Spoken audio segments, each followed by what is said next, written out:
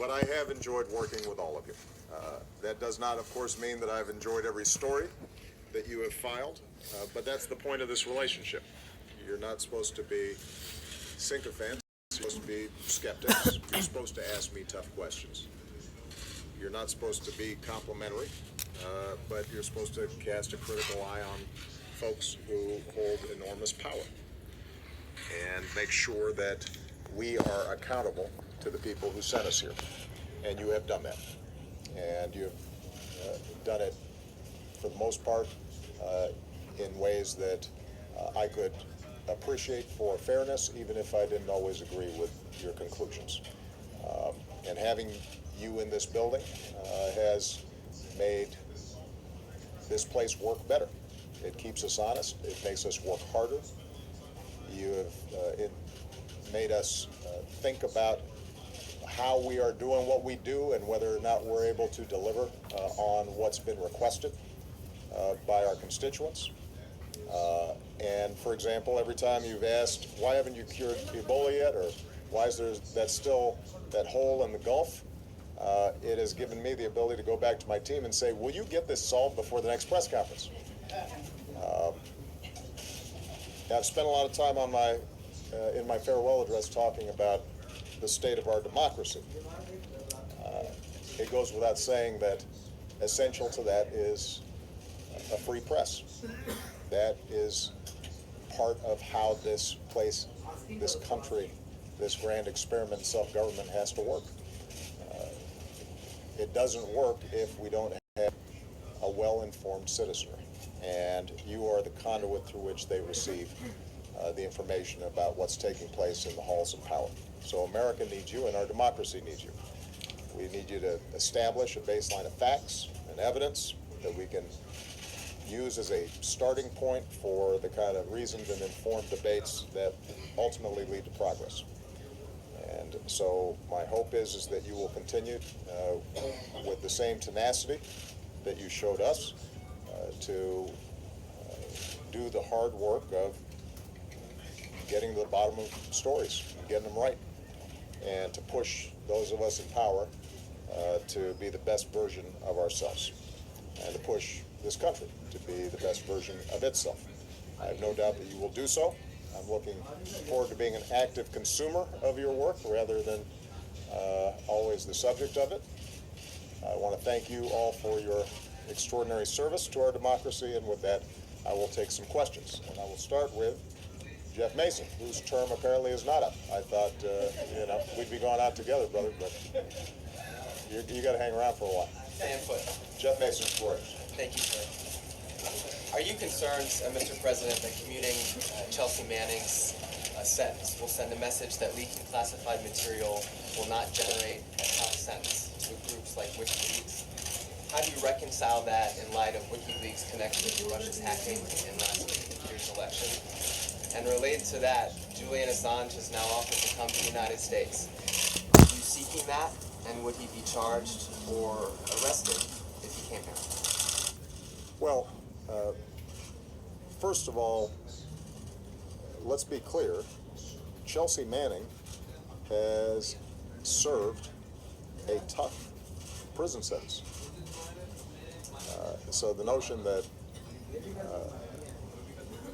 the average person who was thinking about disclosing vital classified information would think that it goes unpunished,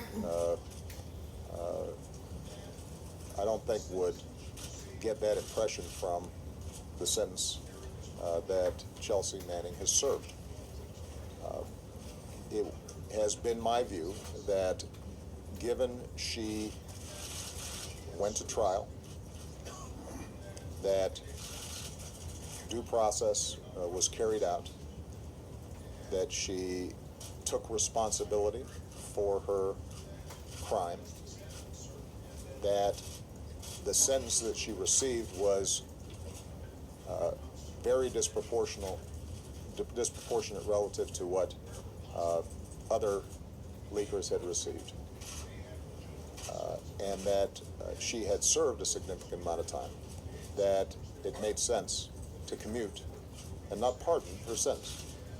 And I I feel very comfortable that justice has been served and that a message has still been sent that when it comes to our national security, that wherever possible, we need folks who may have legitimate concerns about the actions of government or their superiors or the agencies in which they work, that they try to work through the established channels and avail themselves of the whistleblower protections that have been put in place. I recognize that there's some folks who think they're not enough, and I think all of us, when we're working in big institutions, may find ourselves at times at odds with policies that are set, but when it comes to national security, we're often dealing with people in the field whose lives may be put at risk, or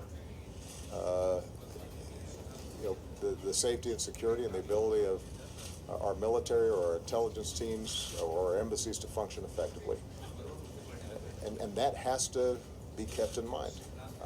So with respect to WikiLeaks, I don't see a contradiction. First of all, I haven't commented on WikiLeaks generally. The conclusions of the intelligence community with respect to the Russian hacking were not conclusive as to whether WikiLeaks was witting or not in being the conduit through which we heard about the DNC emails that were leaked.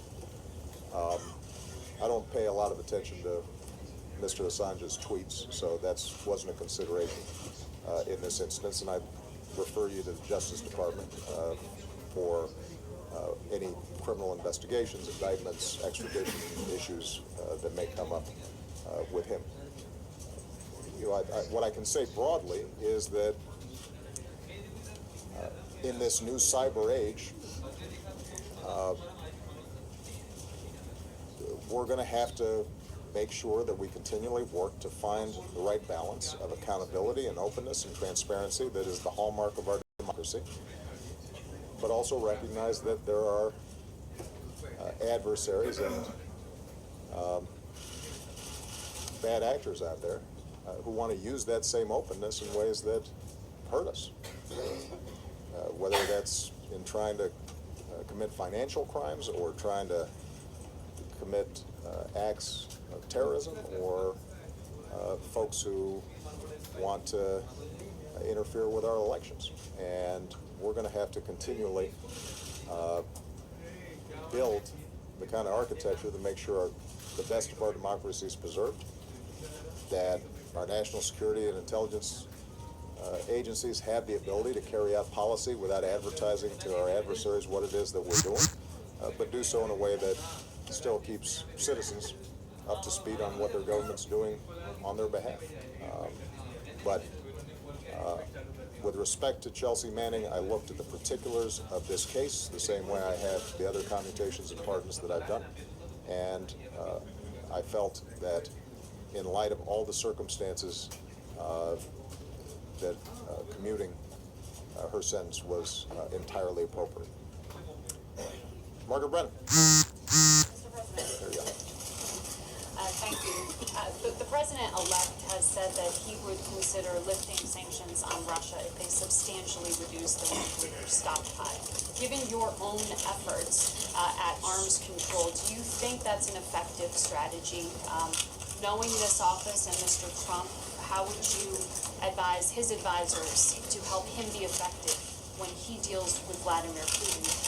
And given your actions recently on Russia, do you think those sanctions should be viewed as leverage? Well, a couple of things. Number one, I think it is in America's interest and the world's interest that we have a constructive relationship with Russia. That's been my approach throughout my presidency. Where our interests have overlapped, we've worked together. At the beginning of my term, I did what I could to encourage Russia to be a constructive member of the international community, and tried to work with the president and the government of Russia in helping them diversify their economy, improve their economy, use the incredible talents of the Russian people in more constructive ways. I think it's fair to say that after President Putin came back into the presidency, that escalated anti-American rhetoric and an approach to global affairs that seemed to be premised on the idea that whatever America's trying to do must be bad for Russia, and so we want to try to counteract whatever they do. That return to an adversarial spirit that I think existed during the Cold War has made the relationship more difficult, and it was hammered home when Russia went into Crimea and portions of Ukraine. The reason we imposed the sanctions, recall, was not because of nuclear weapons issues. It was because the independence and sovereignty of a country, Ukraine, had been encroached upon by force by Russia. That wasn't our judgment. That was the judgment of the entire international community. And Russia continues to occupy Ukrainian territory and meddle in Ukrainian affairs and support military surrogates who have violated basic international law and international norms. What I've said to the Russians is, as soon as you stop doing that, the sanctions will be removed. And I think it would probably best serve not only American interests, but also the interests of preserving international norms if we made sure that we don't confuse why these sanctions have been imposed with a whole set of other issues. On nuclear issues, in my first term, we negotiated the START II treaty, and that has substantially reduced our nuclear stockpiles, both Russia and the United States. I was prepared to go further. I told President Putin I was prepared to go further. They have been unwilling to negotiate. If President-elect Trump is able to restart those talks in a serious way, I think there remains a lot of room for our two countries to reduce our stockpiles. And part of the reason we've been successful on our non-proliferation agenda and on our nuclear security agenda is because we were leading by example. I hope that continues. But I think it's important just to remember that the reason sanctions have been put in place against Russia has to do with their actions in Ukraine. And it is important for the United States to stand up for the basic principle that big countries don't go around and invade and bully smaller countries. I've said before, I expect Russia and Ukraine to have a strong relationship. They are historically bound together in all sorts of cultural and social ways, but Ukraine is an independent country. And this is a good example of the vital role that America has to continue to play around the world in preserving basic norms and values, whether it's advocating on behalf of human rights, advocating on behalf of women's rights, advocating on behalf of freedom of the press. You know, the United States has not always been perfect in this regard. There are times where we, by necessity, are dealing with allies or friends or partners who themselves are not meeting the standards that we would like to see met when it comes to international rules and norms. But I can tell you that in every multilateral setting, in the United Nations, in the G20 and the G7, the United States typically has been on the right side of these issues. And it is important for us to continue to be on the right side of these issues, because if we, the largest, strongest country and democracy in the world, are not willing to stand up on behalf of these values, then certainly China, Russia, and others will not. Kevin Corke. Thank you, Mr. President. You have been a strong supporter of the idea of a peaceful transfer of power. demonstrated not terribly far from here, the Rose Garden. And yet, even as you and I speak, there are more than 6 Democrats that are going to boycott the inauguration of the incoming president. Do you support that? And what message would you send to Democrats to better demonstrate the peaceful transfer of power? And if I could follow, I wanted to ask you about your conversations with the president-elect previously, and without getting into too much of the personal side of it, I'm just curious, were you able to use that opportunity to convince him to take a fresh look at some of the important ideas that you will leave this office with, maintaining some semblance of the Affordable Care Act, some idea of keeping dreamers here in the country without fear of deportation? Were you able to use personal stories to try to convince him, and how successful were you? Well, I won't go into details of my conversations with President-elect Trump. As I've said before, they are cordial. At times, they've been fairly lengthy, and they've been substantive. I can't tell you how convincing I've been. I think you'd have to ask him whether I've been convincing or not. I have offered my best advice, counsel, about certain